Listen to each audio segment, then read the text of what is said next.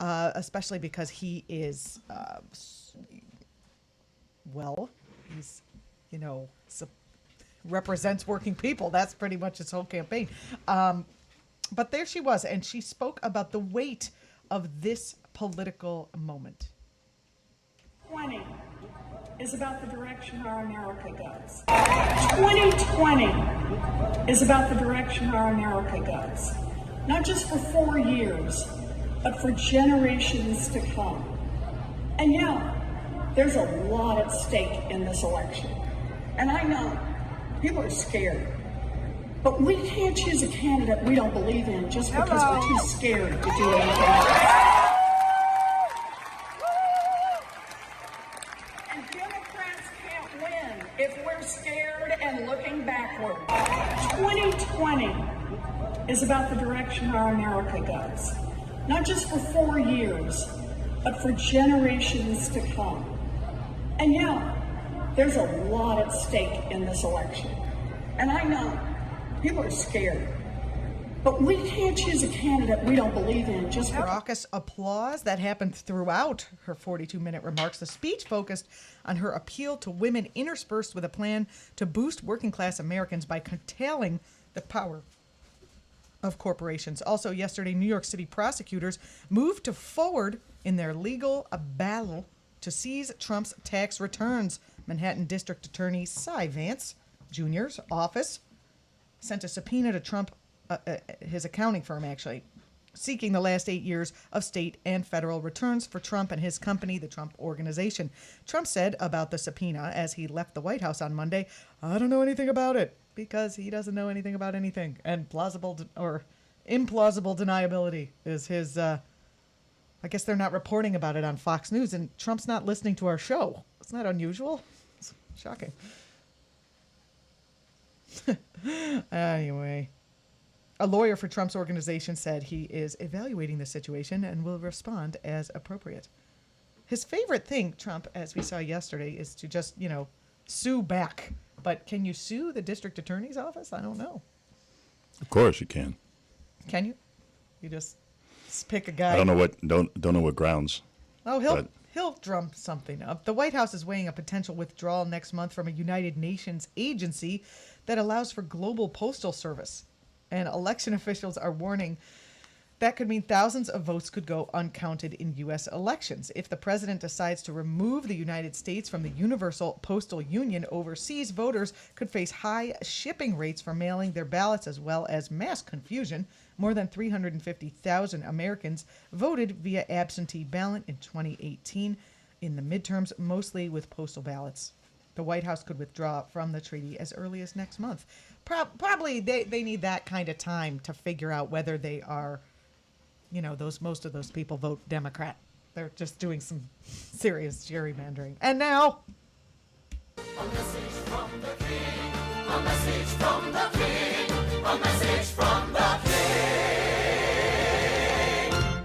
Please remove your shackles. So today, there's an event going on tonight, and it's to talk about the legacy of Robert Mugabe, the president of Zimbabwe. He was most historically known for defeating British colonialism and for creating land reform and actually advancing the theory and practice of Pan-Africanism. So this discussion is going to be held tonight at All Souls Episcopal Church on 88 St. Nicholas Avenue on 114th Street in Harlem, and that's at 6:30 p.m. So to join a discussion about Robert Mugabe's legacy, and of course, in his later years, he got involved in a lot of controversy, but some folks feel that doesn't take away the positive contributions that he made early on in terms of the independence movement. So for more information, go to 718-398-1766, 718-398-1766, or d12.com. Oh, pretty great. That's a great message from the King. It's good to be the king. It's never not funny. Hey, mobilize with the Brooklyn Anti-Gentrification Network ban for a Brooklyn-wide march against racism if you are free this Saturday and you care about racism, gentrification, and police violence. It is Saturday, September 21st from 11 a.m. to 5:30 p.m. starting at the Barclay Center, 620 Atlantic Avenue. Everyone knows where that is. Brooklyn, New York. The neighborhoods are being torn apart by skyrocketing rents and terrorized by police brutality. Low to middle income New Yorkers are being priced out or displaced by gentrification while the city is being made over into a playground for the super rich. If you're not into that, again, go with BAN, the Brooklyn Anti-Gentrification Network, on Saturday to the Barclays Center, 11 a.m. to 5:30 p.m., and make your voice heard. And now we've got a little bit of a green news report for you. Okay, Desi Doyen, scientists say we must keep the planet from rising 2 degrees Celsius, but now we're learning that parts of the planet are already doing so. Yes, unfortunately, a new data analysis by the Washington Post shows that parts of the planet have already crossed that 2 degrees Celsius threshold of warming. That's the limit above pre-industrial temperatures that world governments agreed to not go beyond in the United Nations Paris Climate Accord. The new analysis finds that accelerating man-made global warming is adding new hot zones, including parts of the U.S. and much of Europe. In total, about a tenth of the planet's land regions have already warmed 2 degrees Celsius. The analysis also found that global warming is changing the global circulation of winds, which is in turn altering key ocean currents, shifting them to new locations, and that is changing precipitation patterns that are key to agriculture. Meanwhile, the tallest peak in Sweden has lost its title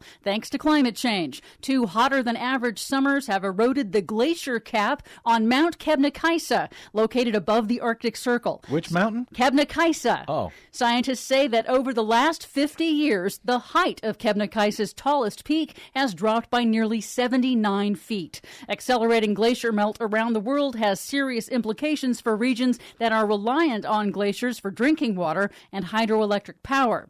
However, the benefits of investing in climate adaptation far outweigh the costs. According to a major new report from the Netherlands-based Global Commission on Adaptation, investing in adaptation measures such as early warning systems and resilient infrastructure would generate a massive return, and simultaneously with reducing emissions, they say such investment would help avoid climate apartheid, in which wealthy individuals can afford to protect themselves while the rest of the world suffers. Sounds familiar. The report calculates that investing less than $2 trillion globally on adaptation projects would return more than $7 trillion in total net economic benefits. They conclude it's much cheaper to adapt now than to pay the much higher cost of damages later.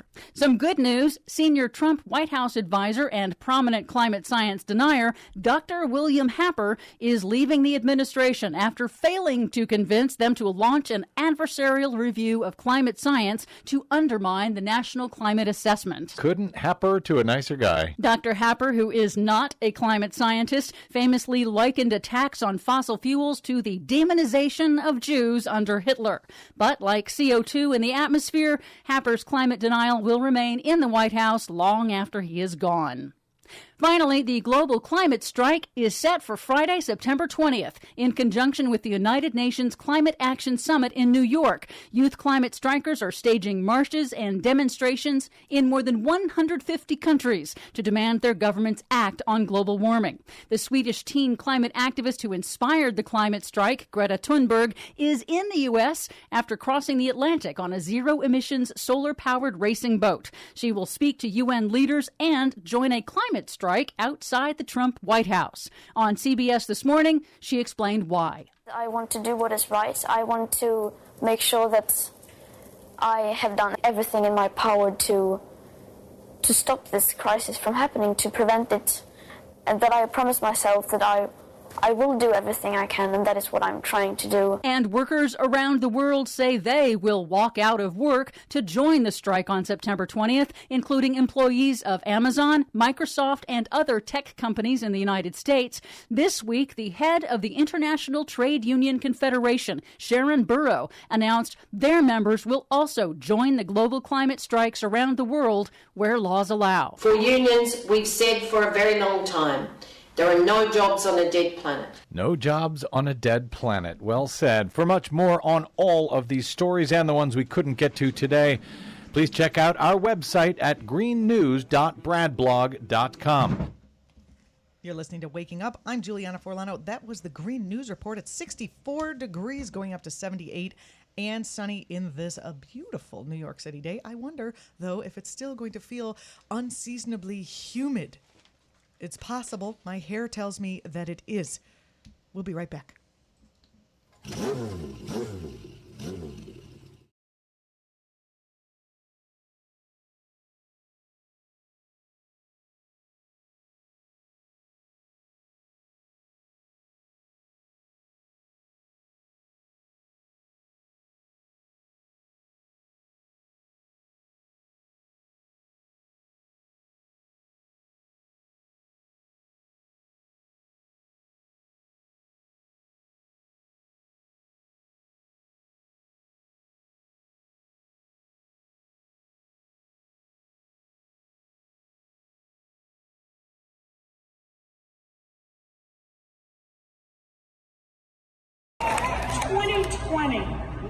Is about the direction our America goes. Not just for 4 years, but for generations to come. And yeah, there's a lot at stake in this election. And I know people are scared. But we can't choose a candidate we don't believe in just because we're too scared to do anything else.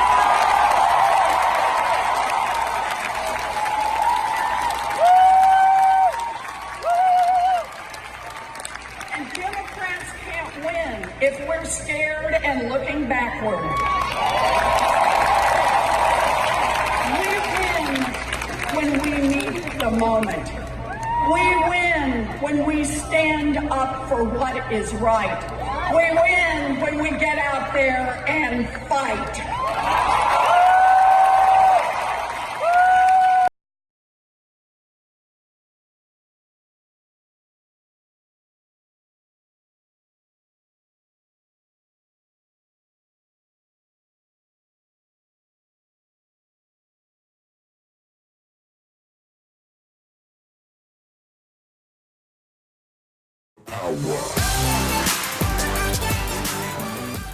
And welcome back to Waking Up on WBAI 99.5 FM. In the studio with me, Nicole Carty. Hi. Hello. I'm so happy that you're here. I can't believe I'm here. I'm so thrilled. I couldn't.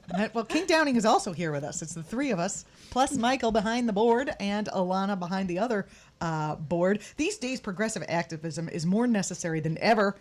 And left groups are springing to action, as we see all over the place, while more and more movements are taking on issues like climate change, mass incarceration, the inhumane immigration policies we have, and more. Of course, we don't need to work in silos, and we really shouldn't.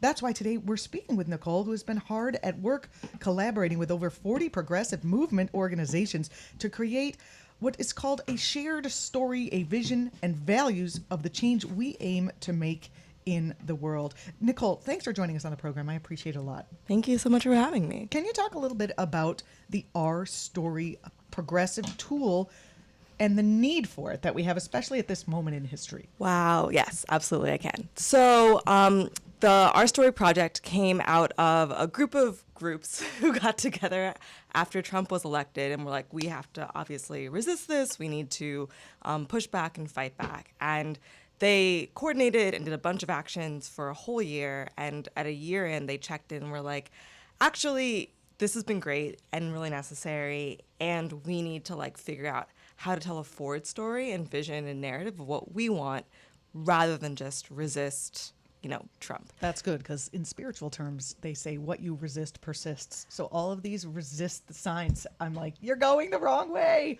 Totally. Yeah. It's totally true. And I mean, I kind of got educated about the importance of narrative through this process. I was brought in to help coordinate and create this shared project. And just a model of a shared project. I mean, others can replicate it and create other stories. There's a lot of thinking that went into this one. But I was brought in, and through doing this, I really both got a clear view of how important narrative and why we absolutely needed it, and how bad the left actually is at narrative.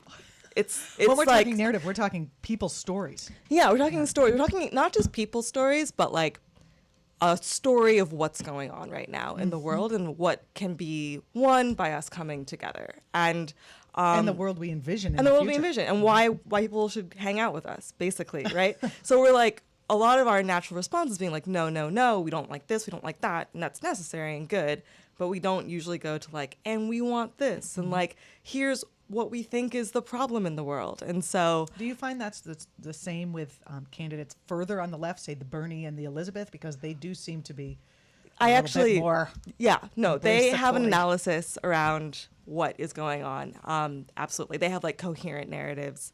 I actually looked at all the different presidential narratives through the lens after the story was like kind of already done, to see like who is telling a story. Let me look at all their campaign videos.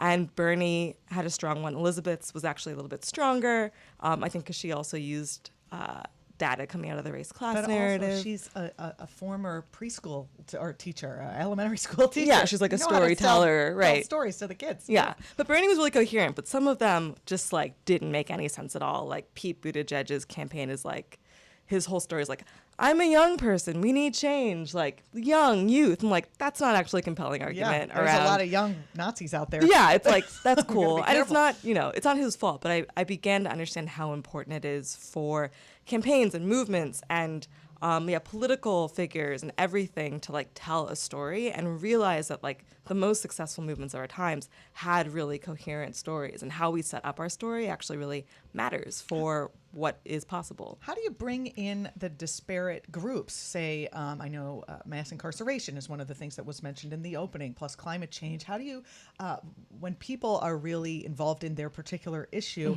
how do you bridge the gap?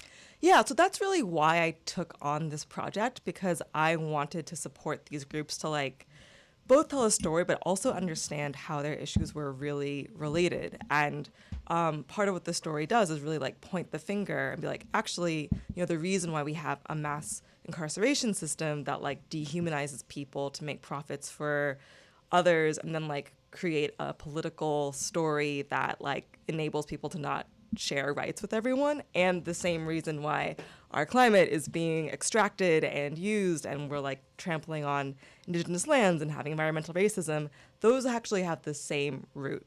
Those are actually like have similar villains. They have people who are choosing to profit off of the dehumanization and extraction and exploitation of all these various people, and are very attuned to turning people against each other to like mistake that is happening. And it's not a new story. It's not like a 4-year-old story since Trump. It's not a 40-year-old story since like the Reagan realignment. It's like literally a story that's been happening since before this country was a country. And that was kind of the goal of this, to not just tell a story for this political moment, even though it is a story for this political moment, but like one that also helped explain the history and how we got here and where it's going. So, were there contentious moments between the groups? Because it does ask people to kind of let go of slightly let go of their identification with the one group. And if it's race-based or gender-based, and that's what you've been working on a long time, sometimes it's difficult to, we get a lot of calls on the air that say we have to let go of identity politics. I don't know if they're trolls or what. Yeah. And like, and it's interesting because, I wouldn't agree with that. Right. Many people don't. But if you trace it, it's about going kind of back to the root in my mind. It's like, well, why do we have racism actually? Like, why do we have like gender inequity? Where do these systems actually come from? And when you take a look back in history, it's like because people wanted to like profit from other people. And once you like connect those lines, then I think you tell a much more honest story of how we got to where we are. And so it's more about the how and the explanation of like, it's not saying, part of me doing this project is like, I'm not being like, identity politics don't matter, this doesn't matter. It's like, actually like, let's actually go deeper and ask, why do we have these problems? Why do we have these systems? Because if you have to have some sort of identity, and then you need to like get together with people who identify similarly. Right. And then work toward things that help your specific group. Right. But it's great to have this overlying or underlying idea, that overarching idea that you're all connected into the same system of oppression, as it will. Right. And like, who's that actually benefiting? Right. And, part of the underpinning of the thing is like, every different group, every different person has a different experience of these oppressions. And like, we all kind of have them, like in different ways, right? Even like, yeah, everybody. I mean, even the populists who are voting for Trump now, even against their own best interests, are still being affected by the same structural narrative. Yes, absolutely. And a lot of them. You think we can win them back? Well, I don't know exactly who we're talking about, but I did go to. Gotta specify. Yeah, I did go to Iowa, which I had never been to before recently, and like really got a frontline view about what was going on there, and really saw the role of agribusiness and like extracting. We make fun of Iowa being like, oh, it's all corn, but like that's a cash crop actually, and like they're pushing out small farmers, and so really these like dynamics of people extracting from the people and like making their lives miserable and taking over their democracy is like a consistent theme we can tell across all different people and backgrounds. And like, we don't often think about that being a shared the right foundation. has co-opted this idea of like, oh, so it's the black people or it's the Mexicans or right. it's the ladies who want their rights. That's what some group. That's what they want, right? And it's really interesting because like part of this process was me understanding and really getting like what is the coherent narrative that the right wing is telling. Let's discuss that. What is it? Yeah. So it goes something like this. I mean, we hear it every day, but it's nice to just discuss it. Yeah. So it's a couple of things to say is like it's really coherent. It's not like this and that and this thing over here. It's like there is an overarching narrative that like completely makes sense in and of itself. And Trump is very good about Trump and the right wing people. Republicans are very good at like reinforcing it. And so what may not look that we're taking a side. This is public radio. right, sorry. But anyway. But just as an observer of the world, right? Correct. And so like the Muslim ban and the like border and all of these things are coherent like reinforcements of his narrative. His narrative is a very typical classic authoritarian narrative, which is a strongman narrative, which is like we used to be, there's always like a reference to an old fictional like past that we want to return to. And so it's like, we used to be great, we used to be incredible, but then there are people who are betraying us both inside and externally. And so for Trump, that's like Hillary, the globalists, which is like, anti-Semitic dog whistle for anyone who's paying attention. The Chinese, the immigrants who are taking your jobs, those are the people who are betraying us and trying to like come after you. You are the good guy. You are earnest. You are like overlooked. Join me. I can make it better. Only I can make it better. I have your back. I will push back against these like enemies within and outside. And together we can return to this like fictionalized past. And this allows them to do all kinds of things like cut Social Security, and then they can say, we don't have enough room for more people on our Social Security roll. Yeah, and part of why they do that is like, the underlying assumptions are that some people aren't worthy, some people aren't like deserving of these things, but you are. You enshrined, American farmer who were also undermining, screwing over, giving agribusiness access to all of your like crops and farm and legacy. But we're for you. You are real. You're virtuous. And that person, that immigrant, that new American, that black person, they're less worthy and they shouldn't have things. And you should be threatened by them having things. Meanwhile, like the reason those people are being exploited and also the farmers are being exploited is because actually they're giving all of these cuts and tax breaks to their buddies and themselves and enriching themselves and like gaining power. Did you notice the farmers are getting hip to? Well, yeah. Well, what's really interesting is like, they are not happy about the tariffs. They, thought they wanted a change candidate, right? They wanted somebody who was going to support them or who actually looked at them. And I think there's a lot from our side that is actually part of why his narrative works is because there are parts of it that are true and ring true to people. Like a lot of the Midwest has been overlooked. I didn't realize that people don't have internet access. They don't have like these very simple things that we take for granted and keep us connected in a way that's really nice. But like, it means that they're not watching Netflix like we are. They're not like being able to access job trainings, reading the news. They don't understand that Steve King is a white supremacist and is traveling to like Europe to hang out with Nazis. Like they're not seeing all of that. They're just seeing we're not investing there. And then who is investing there is like talk radio and Fox News. And so they're just getting one side of it. So they have been kind of overlooked. Like, we aren't actually communicating to them, and we could actually remedy that if we wanted to. Anyway, that's like a strategy idea for me. Like, Let's I think do it. like every progressive should be for universal, broadband. But I lost my train of thought. No, that's okay. Actually, I want to tell the people who you are in case they're just tuning in. We're speaking with Nicole Carty, strategist, facilitator, trainer, and movement builder with over 8 years of experience supporting movements and organizations of all sizes. She's done work on 4 different continents with both digital advocacy organizations and grassroots nonprofits. Nicole specializes in supporting social movements and have supported mass mobilizations and movement building in movements such as Occupy Wall Street, the anniversary of which Is today. Oh my God. I Wow. know. 8 years. Can you believe it? 8 years? I don't know. I Yeah, think it's like 8. 20.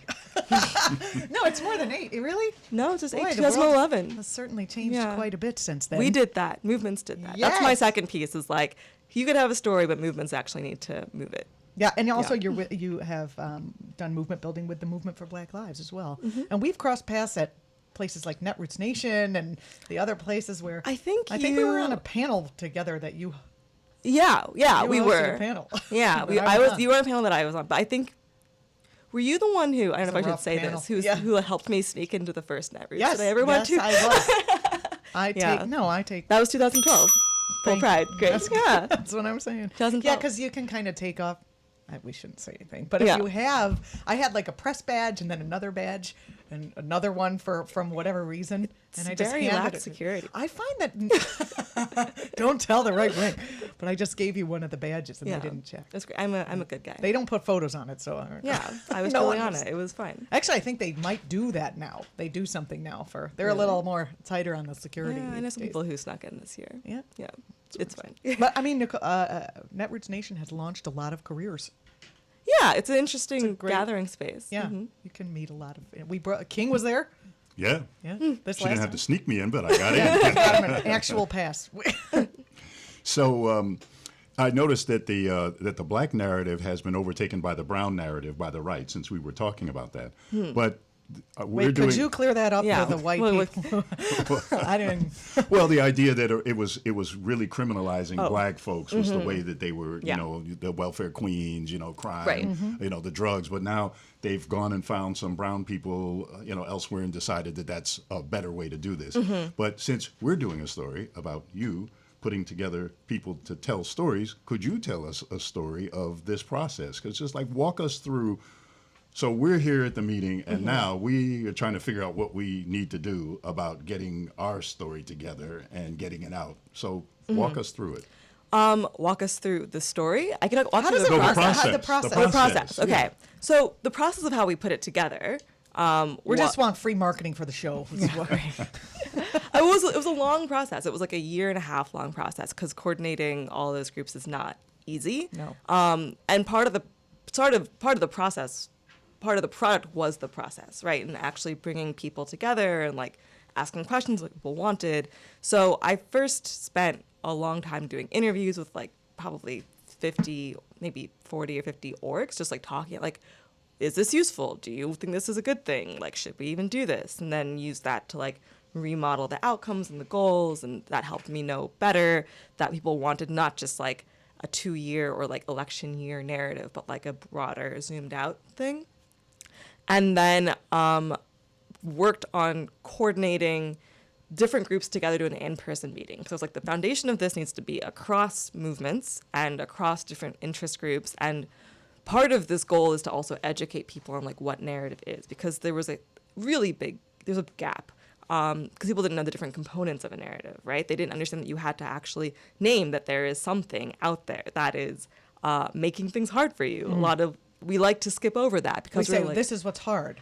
it's like, oh, this like broad system, or like until there's like a better America, or until like there's more justice. That's what we're just making more justice happen. And that's like So pretty Warren does this great thing by abstract. I have a plan for that. So she has a specific plan for every thing, and that's part of. That's like, yeah, that's part of her how Narrative. she's it's how she's, I would say that's how she's reinforcing her narrative, right? She has an overarching narrative of like what's broken, who we are, who they are, what's not working, and how her plans are going to actually fix that, which gets to some core pieces of like what a narrative is, which is like what's going on now, or like what has been going, what's the context you want to include that's going up to now, the present moment, who is the us, who are we, who is the them that is like against us and like making our lives difficult, what's the choice we have in this moment, that's kind of where our action comes in, and then what's the vision, what do we get at the end of it.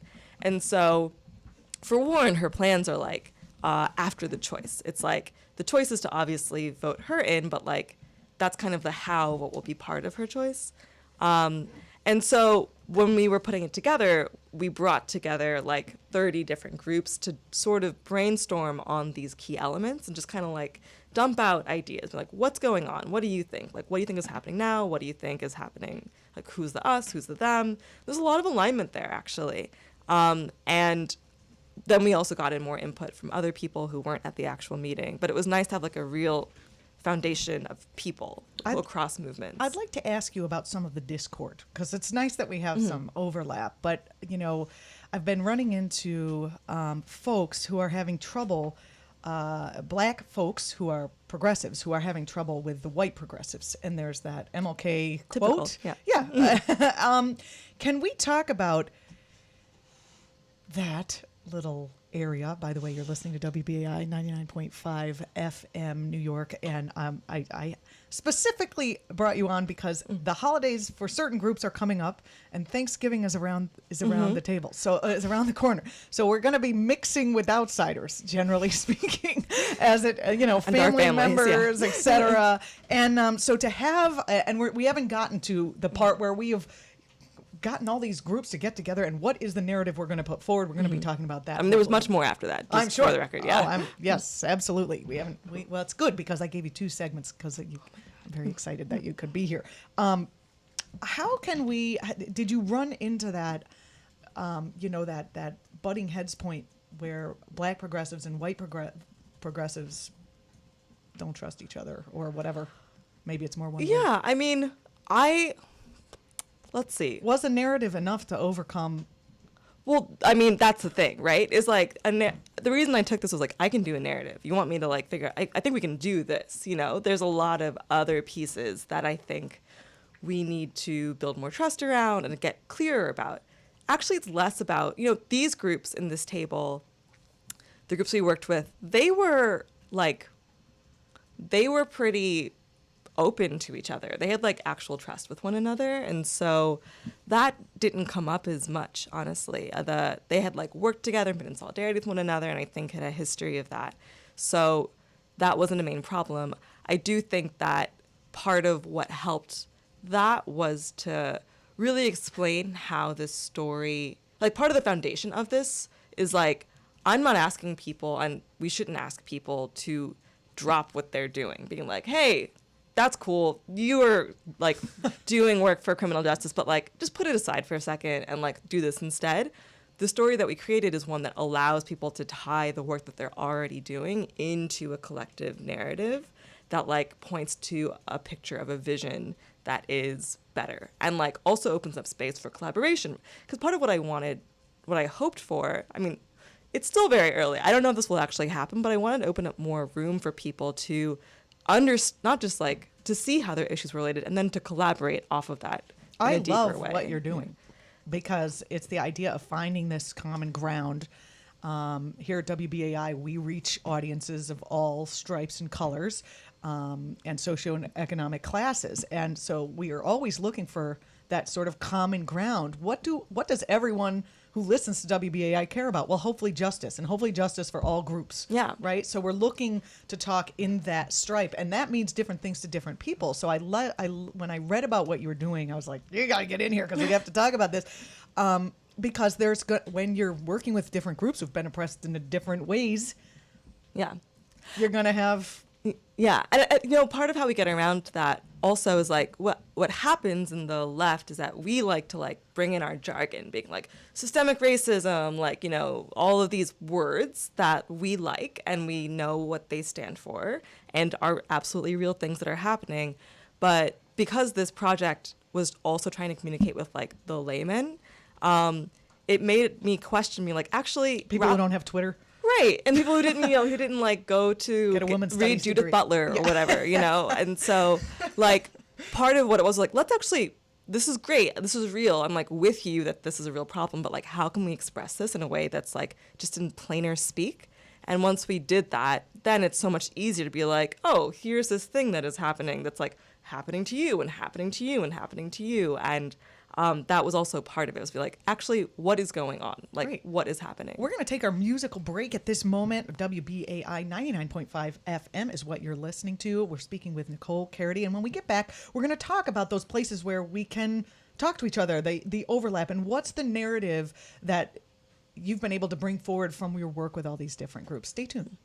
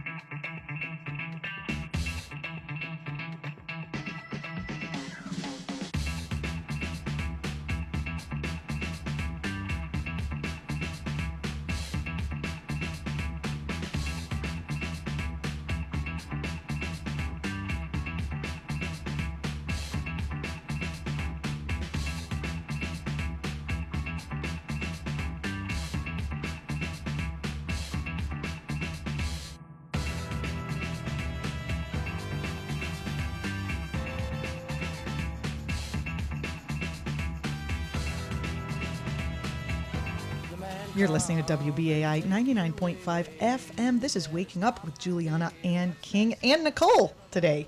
I'm so excited. Nicole Carty is a strategist, facilitator, trainer, and movement builder with years and years and years of experience supporting movements and organizations of all sizes. She's here today talking about the new project, Our Story, a new progressive tool to unify us on the left. Can you talk about what is the unifying message? Did you like nail it down to a talking point that we could tweet at our parents? I mean, Absolutely not. that's so hard yeah. with the left because we are, we're stray cats a little bit, and we have a lot of, as you said earlier, different interests and yeah. There's no one talking point, no way. But there is.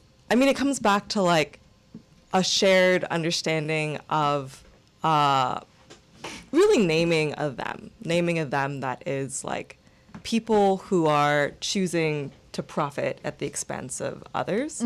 And across various issues, like that is unifying. And part of what I do is try to like draw out like, what does this look like in immigration? What does this look like in this case? What does this look in this case? Like, how could we use the shared story components in order to like have an adaptable story that we can use, because being and speaking to your people in your own authentic voice, that really matters, I think. And so the goal was never for like uniformity. Say these words. Like we need that. This.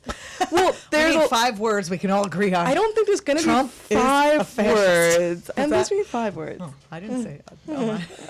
Oh, we have 7 words that we can't use on the air. We've agreed on those. But we can agree on them. Yes. Well, someone's agreed to them. I don't agree. I don't know if Just those are the follow. words the left needs to say, but She's part of the team now. It's official.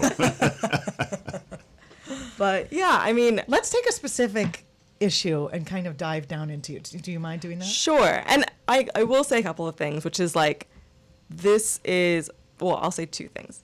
Say as many that's things what a as you couple want. means. Like, So first of all, this story is like very much built off of previous work that has come before. It's like really built under the bones from the race class narrative, which is like, incredible piece of work driven by Anat Rosario and Ian Haney Lopez, and like really wove together these components in a coherent, data-driven way that like they had a bunch of resources to actually go out and test and listen and strew it all together. So like, this is, I stand on the shoulders of giants. And also, like, this is totally, like, the purpose of this project is really to get people to understand what it could look like.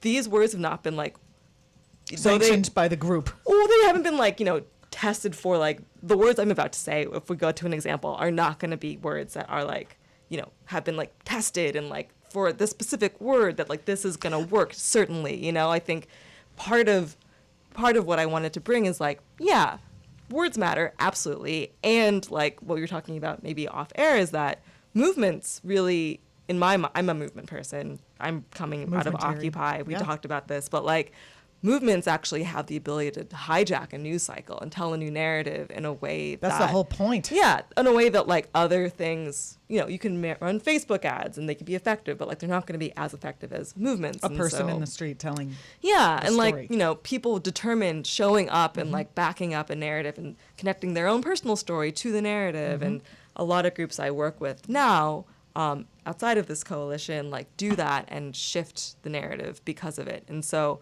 Wait, Nicole, I want to let the phone callers come in if they want to ask a question around this. 212-209-2877 is our phone line. Listener call-ins, 212-209-2877. So there's the number. You can call in and ask a question or make a quick point as we head into the last part of our segment. But I need to interrupt you to give the phone number. cool, but no yeah. worries. Yeah. So we need to think about how we're telling this story, not just in words, but like in actions, in campaigns, in movements. Like, how are we actually proving it and showing, not that like we'll say these words, but like, hey, let's like have integrity with this and show up for our story.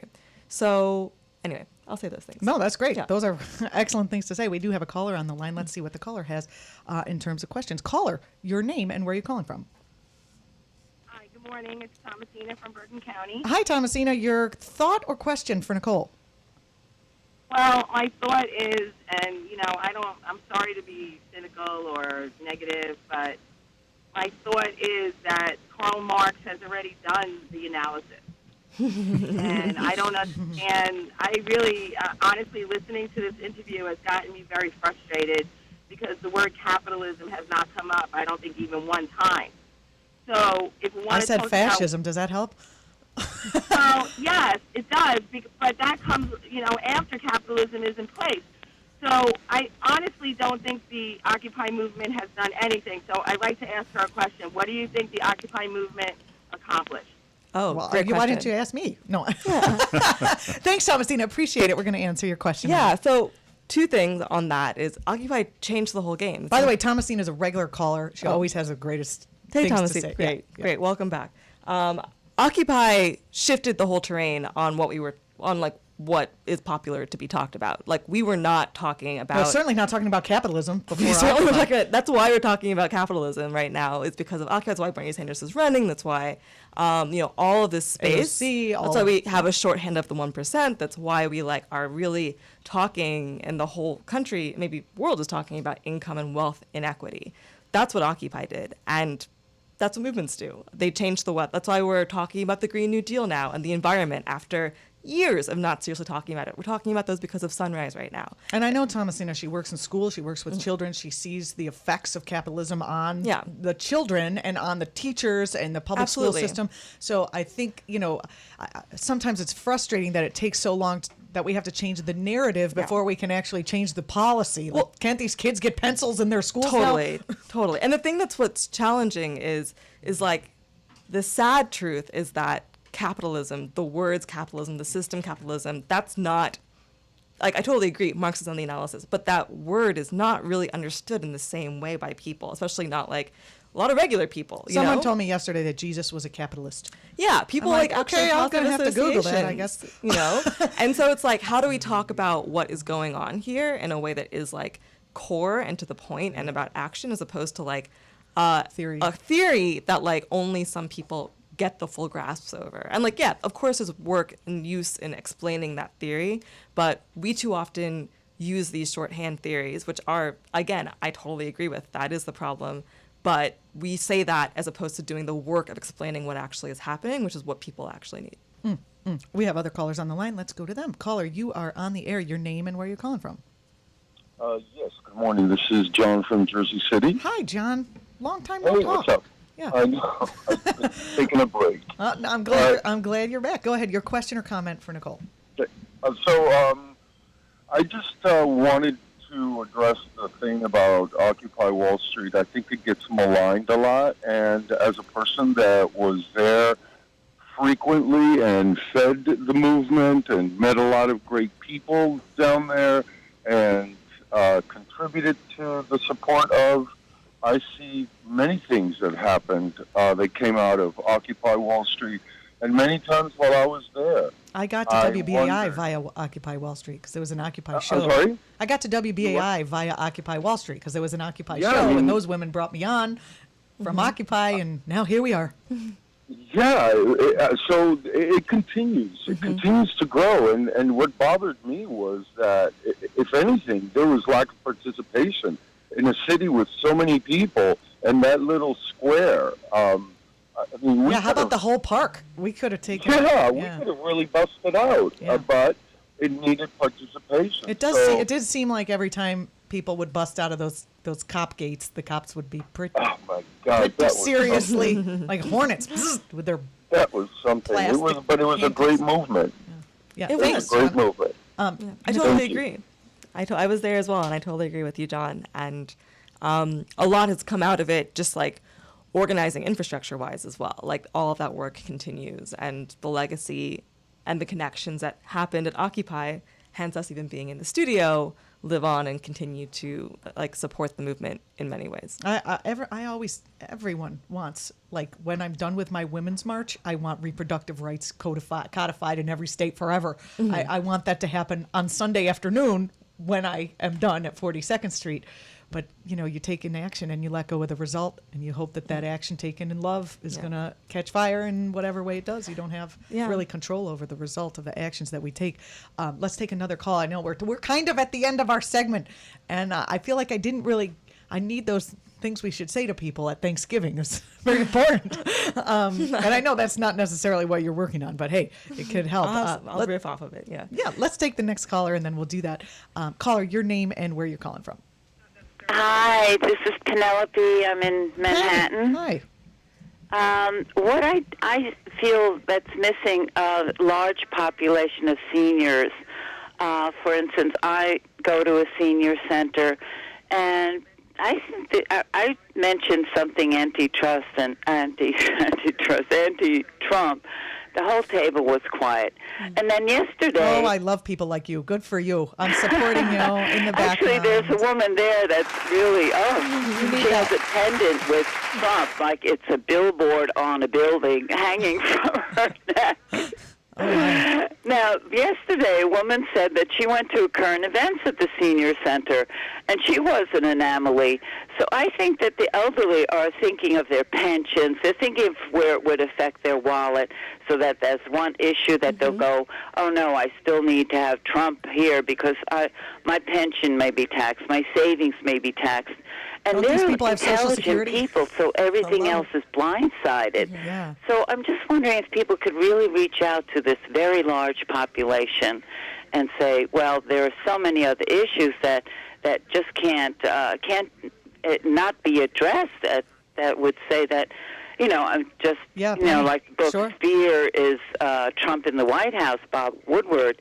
I just don't understand it. Penny, yeah, that's a because great it's question. Can we it let? affects my wallet, so I'm going to vote for him.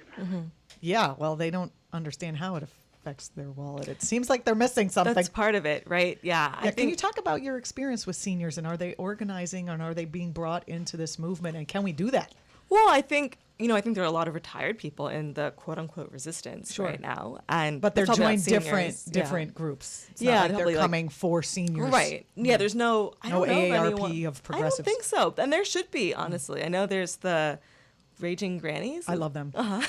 That's the only senior advocacy group that I know. But I mean, I think it's a really good point. Like, part of what came out of this journey and also my research and a lot of thinking actually from the opportunity agenda is like, well, first of all, you have to start with like shared values and shared things that we have in common. If you're going to talk to seniors or anyone, if you're like there reaching out to them, it's hard to just jump into like the problem.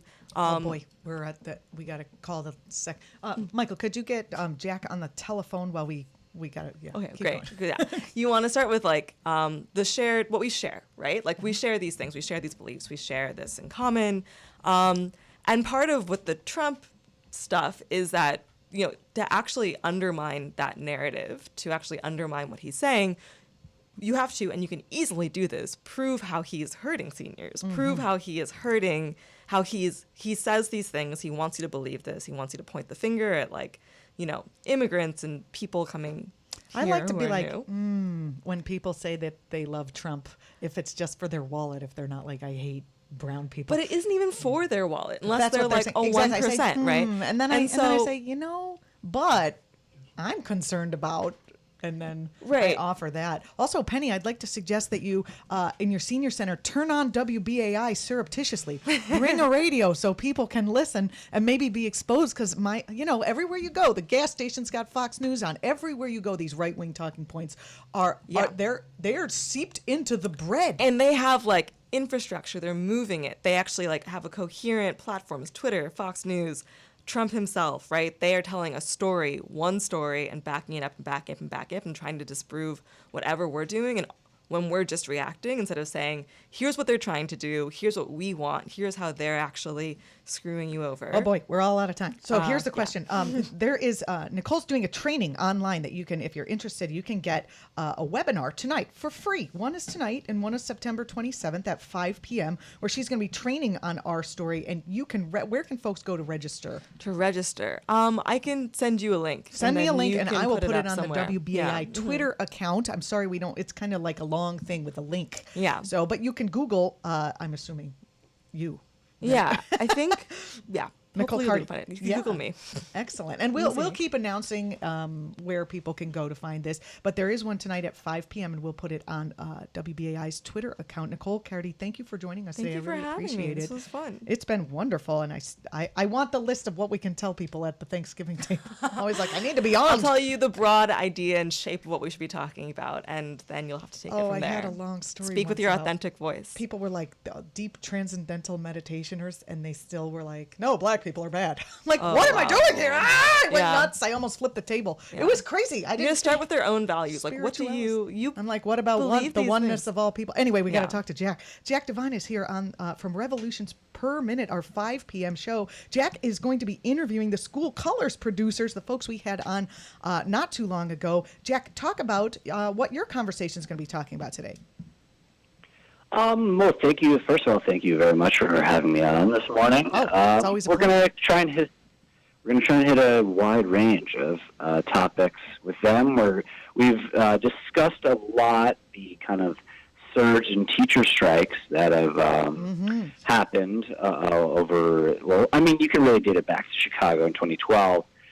But what's been different about some of these strikes, especially in Chicago, Los Angeles, is how in Sacramento, Oakland's, how much the teachers have been working together with the parents. So what we're bringing to today's episode is kind of that parent perspective, parents fighting for their kids for racial justice. We're going to kind of talk about the crisis that the Ocean Hill, Brownsville struggle in the 60s unleashed in the cities, in New York City, how that kind of divide kind of was really a huge challenge that the New York left is still trying to overcome.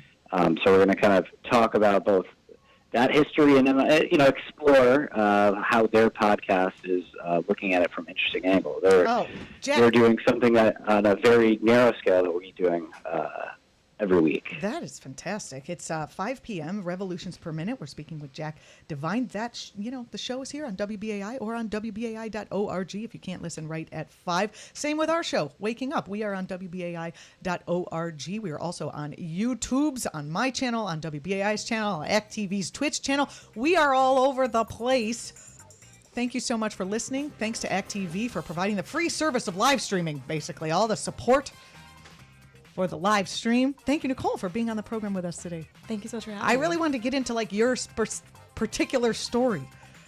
Next time. ActTV also out of Occupy. Exactly. That's right. That's right. Hey, thanks for listening. We look forward to having you on with us tomorrow and all the rest of the days this week. This is Waking Up on WBAI 99.5 FM. Have a good one.